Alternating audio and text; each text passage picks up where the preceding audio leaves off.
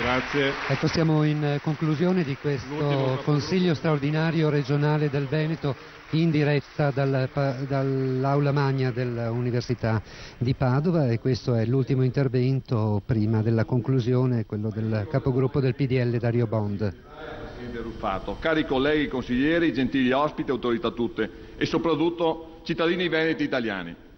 Prima di leggere questo breve discorso voglio ringraziare il Presidente Ruffato, Presidente del Consiglio regionale del Veneto, per la sensibilità e l'operosità dimostrata per l'organizzazione delle celebrazioni del 150° anniversario dell'Unità d'Italia.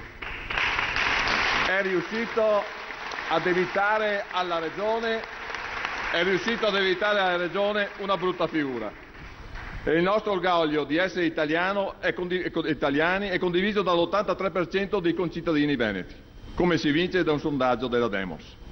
Per noi è una grande vittoria. Questa che stiamo vivendo oggi è una celebrazione che arriva in un momento difficile, in cui non abbiamo tanta voglia di far festa.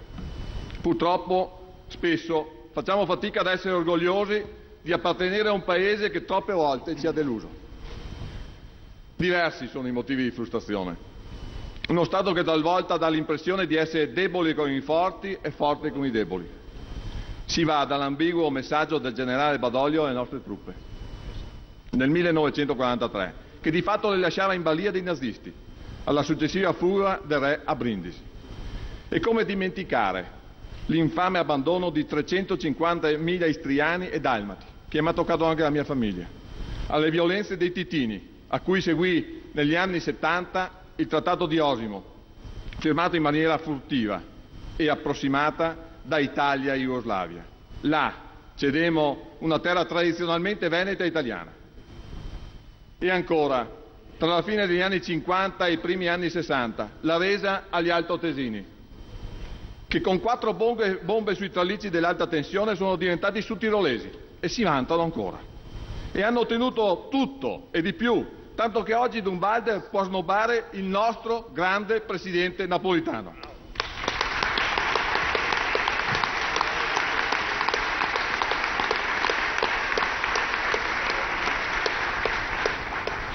Ricordo, e purtroppo lo devo ricordare anche contro la mia politica, soltanto il Trattato di Milano del 2009, dove proprio a Durnwalder si lasciano i 9 decimi dei tributi come premio di una blindatura statutaria di una francata autonomia ancora più rafforzata in questo ultimo periodo. Questo non è il federalismo che io voglio.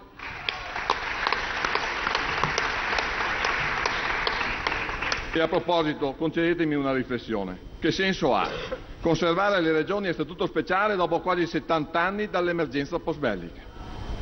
E sempre rimanendo in tema di iniquità, perché gli stipendi pubblici hanno da essere uguali a Belluno come a Palermo, laddove i nostri insegnanti devono spendere 2.000 euro l'anno in riscaldamento, mentre laggiù la vita è meno cara? Uno Stato in cui sono presenti sacche di inefficienza. La dico in maniera pesante, Cavour pensava di esportare il modello dello Stato sabaudo al sud, mi sa che ha sbagliato, e l'impresa è inutile, negarlo non è riuscita. Ancora oggi, e anche al nord, troppi servizi pubblici versano in un degrado deplorevole. Uno Stato che fa fatica ad essere presente, vaste aree del Mezzogiorno sono in mano alle mafie, che tentano di esportare il loro modello negativo anche al nord, gli ultimi dati ce lo dicono. L'emergenza della spazzatura a Napoli ci ricorda che ogni giorno quanto sia difficile gestire certe aree del Paese. Ma passiamo alle cose positive. Nonostante tutto ciò che non va, diversi sono i motivi che ci rendono orgogliosi di essere italiani, di credere nei valori che rappresenta il tricolore, di cantare l'inno di Mameli.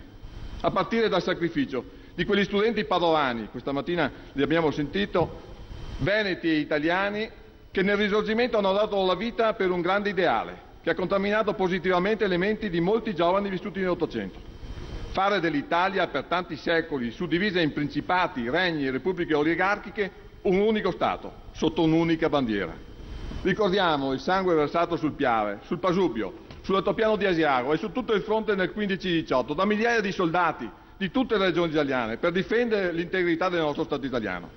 Sono da menzionare anche i grandi sacrifici dei nostri nonni e dei nostri genitori, che hanno vissuto la sconfitta della Seconda Guerra Mondiale e un difficile processo di ripacificazione che ha portato alla Costituzione repubblicana.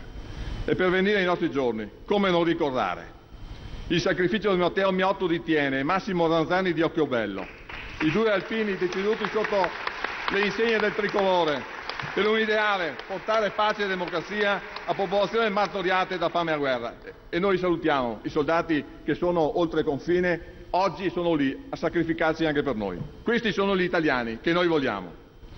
Con la Repubblica sono arrivati anni importanti, quelli della ricostruzione, un evento storico, un miracolo messo in atto dagli italiani che ha elevato il nostro Paese al tavolo delle grandi potenze economiche mondiali. Di pari passo è emersa in modo deciso la nostra creatività. La moda e lo stile italiano sono al top nel mondo. Così come siamo il primo Paese al mondo per ricchezza in beni culturali e tra i primi ad aver fatto del turismo un settore trainante dell'economia. Siamo anche il Paese delle eccellenze formative. Quanti giovani che escono dalle nostre università, che non trovano lavoro purtroppo da noi, riescono a collocarsi in ruoli di primo piano a livello internazionale negli studi, nella ricerca e nelle applicazioni tecniche e scientifiche. Un esempio fra tutti, lo voglio ricordare, persona di grande spessore, proprio dalla facoltà di fisica di questa università è uscito, il vicentino veneto italiano Federico Faggin, che si è trasferito negli USA, dove nel 1961 ha inventato il microchip, componente alla base degli strumenti elettronici che oggi tutti usiamo, il telefonino. Pensiamo anche al nostro volontariato, nessuno lo ha ricordato stamattina, ma è base fondamentale del nostro Stato.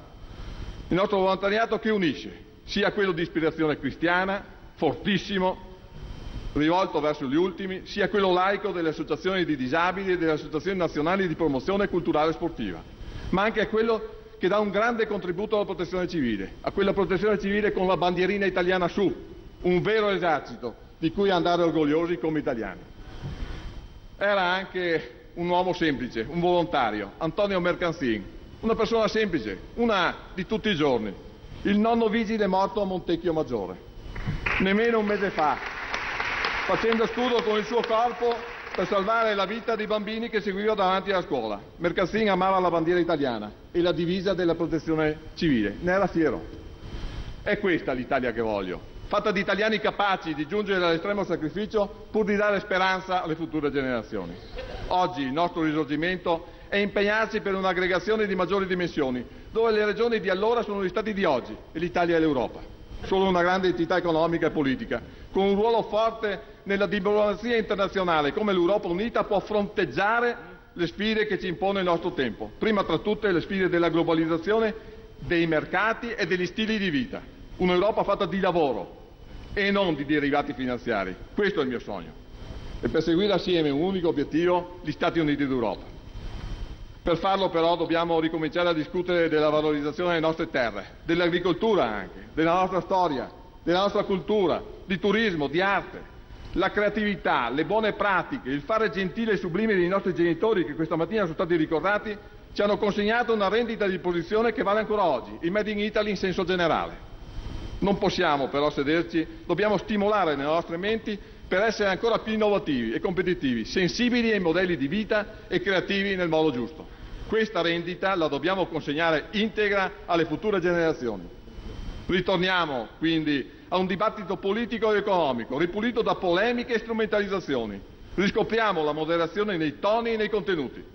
Anteponiamo il fare alle chiacchiere e ritorniamo a essere quella maggioranza silenziosa, ripeto, quella maggioranza silenziosa che nonostante tutto ha fatto dell'Italia un grande paese. Viva l'Italia, viva il Veneto!